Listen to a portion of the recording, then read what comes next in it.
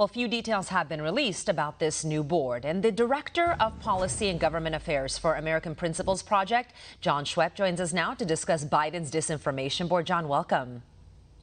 Thanks so much for having me. What do you make of this board? I think it's an attack on free speech. It's actually one of the craziest things we've ever seen. I mean, you have to go back to the Alien and Sedition Acts to find examples of this type of government attack on free speech. But this is where the Democrats have gone. We saw it a couple weeks ago with former President Barack Obama coming out calling misinformation a threat to democracy. And when they say misinformation, they, of course, mean anything Republicans say and believe. And so it's really worrisome. We need to really fight back against this. And I think it's got to be a big issue in November. Republicans need to be out here saying, look, if you believe in free speech, you have to vote for the Republicans, because the Democrats are fully against it. They don't want us to have these conversations in the public square. Yeah, how about the person they chose to run it, Nina Jankowicz? She's getting a lot of attention now. She also happens to be a Russian disinformation expert. She's never apologized for being wrong when she said that Hunter Biden's laptop story was a Trump campaign product.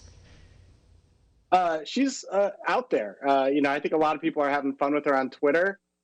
She's known as a karaoke person and somebody who's been out there singing and doing some really crazy stuff. But so we're going to have fun with her in terms of trolling and talking about how crazy she is. But it is serious to have someone in this position and very dystopian. And she actually kind of fits the model of, I'm going to make a Harry Potter reference, I apologize, but she almost fits that Dolores Umbridge model. Somebody who's in the ministry of truth trying to come after you and make sure you're not saying the wrong things. And really, we got to fight back against this. I don't know what to say besides that. I mean, it's hard to imagine this is happening in America.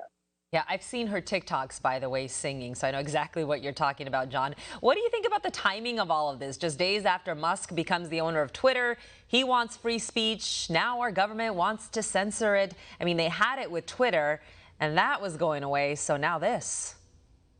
They are making a play for absolute power here. I mean, that's what this is.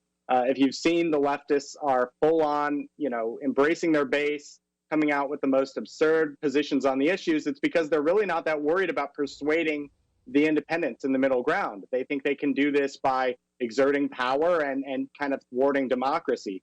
And it's going to be an open question as to whether they can do that. We saw what happened in 2020 with the big tech platforms and what they were able to do to suppress Republican speech. And I'm sure they're going to try to do the same thing again in 2022. So it'll be up to the American people to kind of decide, do we want a democracy? Because if we do, we really have to vote these people out of office. There's no choice here.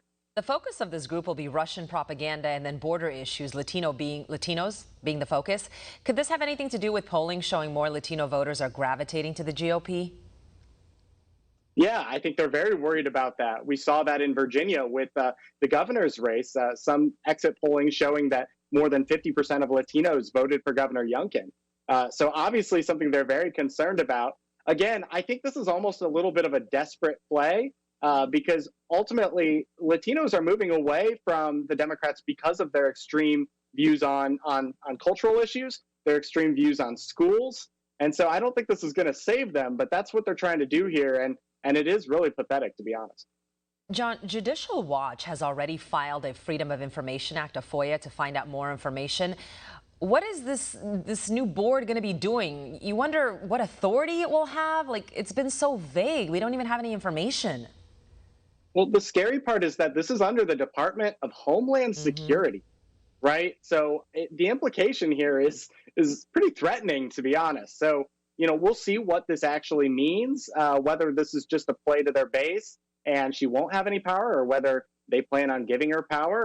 And we'll see if there's show trials. I mean, there's a lot to be worried about here. And again, she's somebody who, you said you saw her TikTok. She's a little bit off her rocker. It's like we took the theater kids and put them in charge of Homeland Security. It's a little bit, and I'm a theater kid, so I can say that. But very, very nerve-wracking. And I think it's a real problem. Speaking of DHS, Secretary Alejandro Mayorkas, shouldn't he be doing other things? He was just being questioned about the border.